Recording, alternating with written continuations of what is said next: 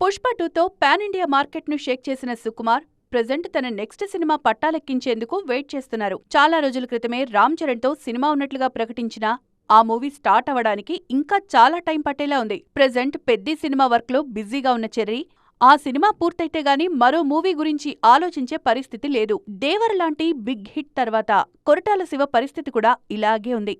మరో cinema commit అవ్వకుండా దేవర్ 2 వర్క్లోనే ఉన్న కొరటాల ఇప్పట్లో సెట్స్లో అడుగుపెట్టే అవకాశమే లేదు.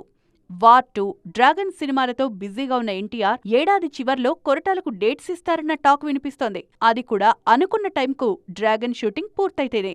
వెయిటింగ్లో ఉన్న దర్శకుల లిస్టులో గురూజీ పేరు కూడా టాప్లో వినిపిస్తోంది. పుష్ప 2 పూర్తవగానే అల్లు అర్జున్ త్రివిక్రమ్ మూవీ చేయాల్సింది. కానీ సడన్ గా అట్లీ మూవీ లైన్లోకి రావడంతో గురూజీ ప్రాజెక్టు వెనక్కి వెళ్లిపోయింది. కానీ ప్లాన్ మార్చి వెంకీ, తారక్తో సినిమాలు ప్లాన్ చేస్తున్నా అవి ఎప్పుడు సెట్స్ మీదకొస్తాయో అర్థం కావట్లేదు.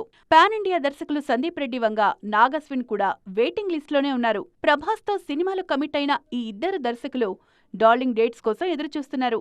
ది రాజా సాబ్, ఫౌజీ సినిమాలతో బిజీగా ఉన్న ప్రభాస్ ఆ 2 సినిమాలు పూర్తయిన తర్వాతే కొత్త సినిమాను స్టార్ట్ చేస్తారు. అంటే అప్పటి వరకు ఈ డైరెక్టర్స్ కు వెయిటింగ్ తప్పదన్నమాట.